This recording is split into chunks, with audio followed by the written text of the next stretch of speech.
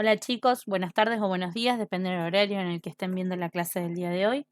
Vamos a seguir trabajando sobre la unidad de soluciones. En esta segunda parte vamos a dar por terminada ya esta unidad, así podemos después arrancar con la siguiente. Eh, en la clase pasada habíamos trabajado sobre cómo se formaban las soluciones, sobre las concentraciones y los porcentajes de concentración. Y ahora vamos a ver diferentes tipos, ¿sí? Eh, Diferentes tipos de soluciones, ¿sí? A unas que las llamamos propiamente dichas soluciones o disoluciones, otras que son suspensiones y otras que son coloides. Bien, dentro de las soluciones propiamente dichas, nos damos cuenta que los componentes se mezclan tan íntimamente que forman una mezcla totalmente homogénea, donde no se puede distinguir cuáles son los elementos que estuvieron interviniendo.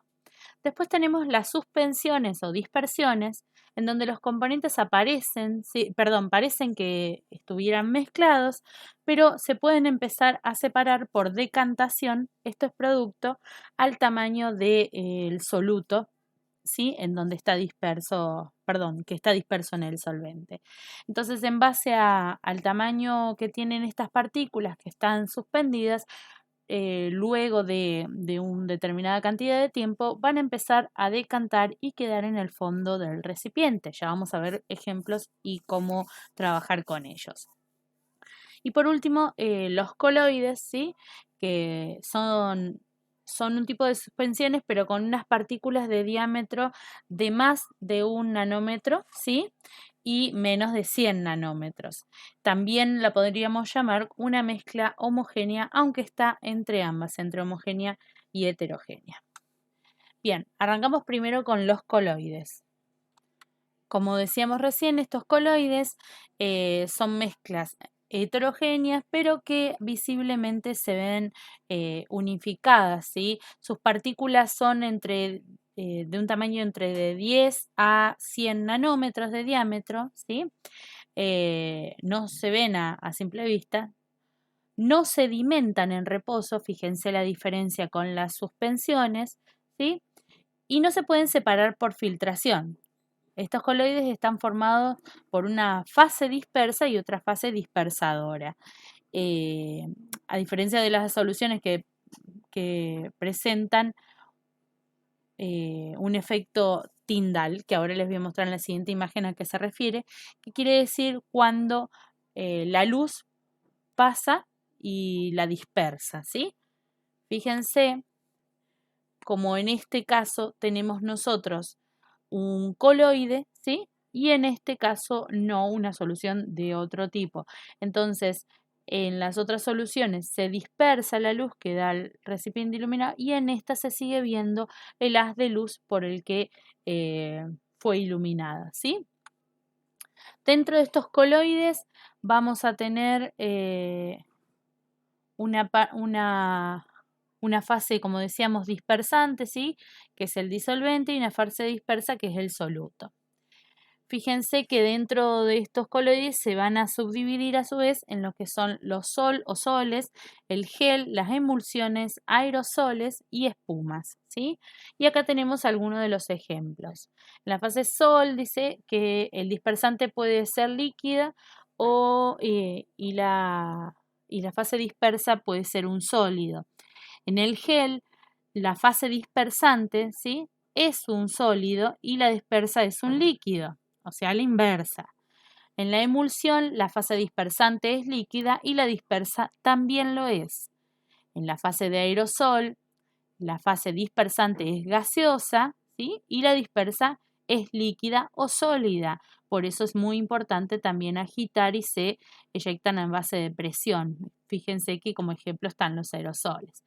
Y por último, las espumas, que en la fase dispersante puede ser líquida o gaseosa y la dispersa es un gas. Después tenemos las suspensiones. La palabra nos está indicando que hay algo suspendido, ¿sí? En determinado solvente, ¿sí? Estas son mezclas heterogéneas. ¿Por qué? Porque a simple vista las vemos que no son idénticas en todas sus partes, ¿sí? Están formadas por algún sólido, ¿sí? En polvo y disperso, ¿sí? En partículas, disperso en un solvente, ¿sí? Este solvente, si nosotros queremos que continúen dispersas, hay que agitar antes de usar, que es lo que solemos hacer con los antibióticos que vienen en preparación de tipo suspensión. Generalmente vienen presentados en polvo. Nosotros tenemos que agregarle el agua a esa suspensión y agitar.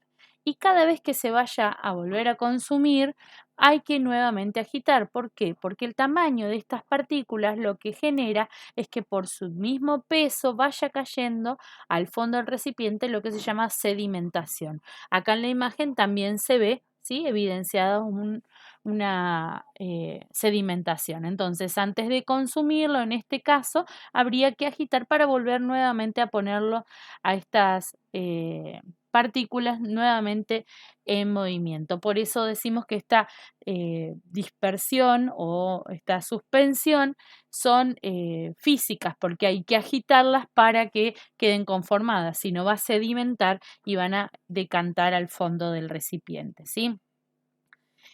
Cuando uno de los componentes es agua, ¿sí?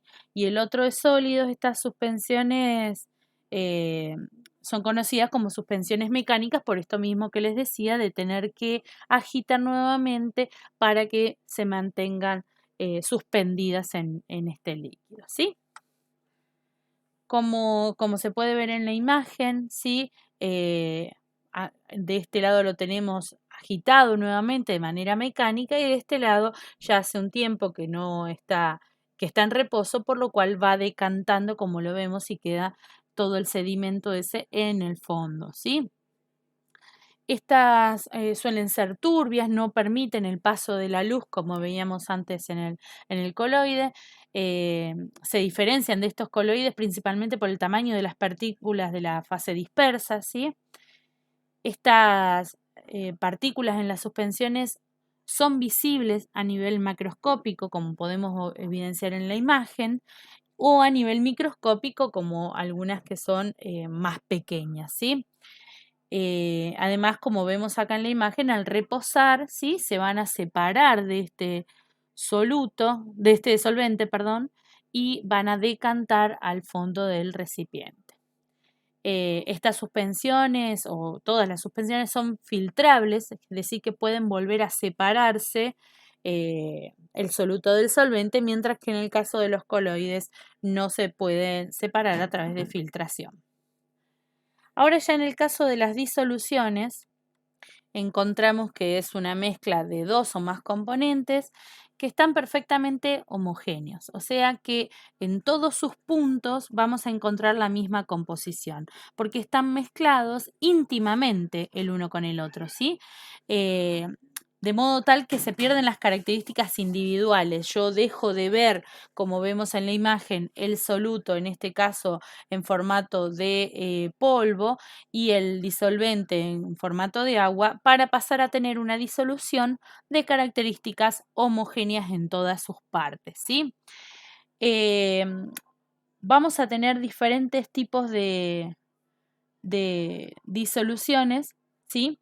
Pero lo que se tiene que entender es que todas van a terminar formando un solo componente. Es decir, si la disolución, como en este caso, queda en formato líquido, ¿sí? Quedaría en un formato acuoso, va a tener toda su composición en formato líquido. Asimismo, cuando se combinan otros elementos, tiene que compartir un solo formato. Perdón, se me alborotó el gallinero. Bien, les estaba diciendo, como forman una sola composición, como termina formando una sola solución, que tiene que tener todos sus puntos la misma composición, se tiene que transformar en un solo elemento y quedar en una sola fase, sea sólida, líquida o gaseosa.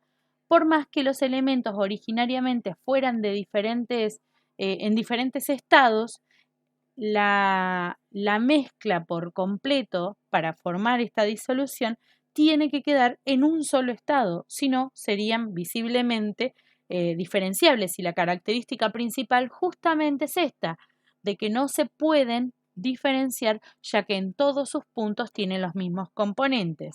Por lo tanto, por ejemplo, hay metales, ¿sí?, que al combinarse forman una aleación, ¿sí?, que es esta mezcla de los metales, y terminan formando algo directamente sólido, por más que alguno de sus elementos originariamente no lo fuera, ¿sí? Quedan en una fase por completo y juntos quedan en una fase sólida, ¿sí? O, por ejemplo, en el estado de fase gaseosa, como el aire o el humo, ¿sí? También queda en estado gaseoso, todos sus elementos tienen la misma composición, ¿sí? Ahora tuve que consultarlo para poder asesorarme mejor, ¿sí? Y el profe de química me explicaba que normalmente él suele hacer una distinción que me pareció interesante para que lo trabajemos nosotros entre lo que son disoluciones y diluciones. Parecen similares, pero se puede hacer una pequeña distinción. Cuando vemos en la imagen anterior que tenemos un solvente o disolvente de base acuosa y un soluto de base sólida, esta combinación entre ambas la denominamos disolución porque se disuelve este elemento, este soluto sólido, en un disolvente líquido. Y lo denomina dilución, por ejemplo, en el caso del alcohol y el agua, para formar alcohol al 70%, porque ambos elementos, ¿sí?, son líquidos, entonces lo diluye, por eso lo denomina dilución. Me pareció interesante el concepto y me parece apropiado que le salga la salvedad para poder manejarnos mejor. Bien, chicos, nos encontramos en el WhatsApp para despejar las dudas de y dar por terminada esta parte de la unidad y después así continuar con la siguiente. Un besito para todos, nos estamos viendo.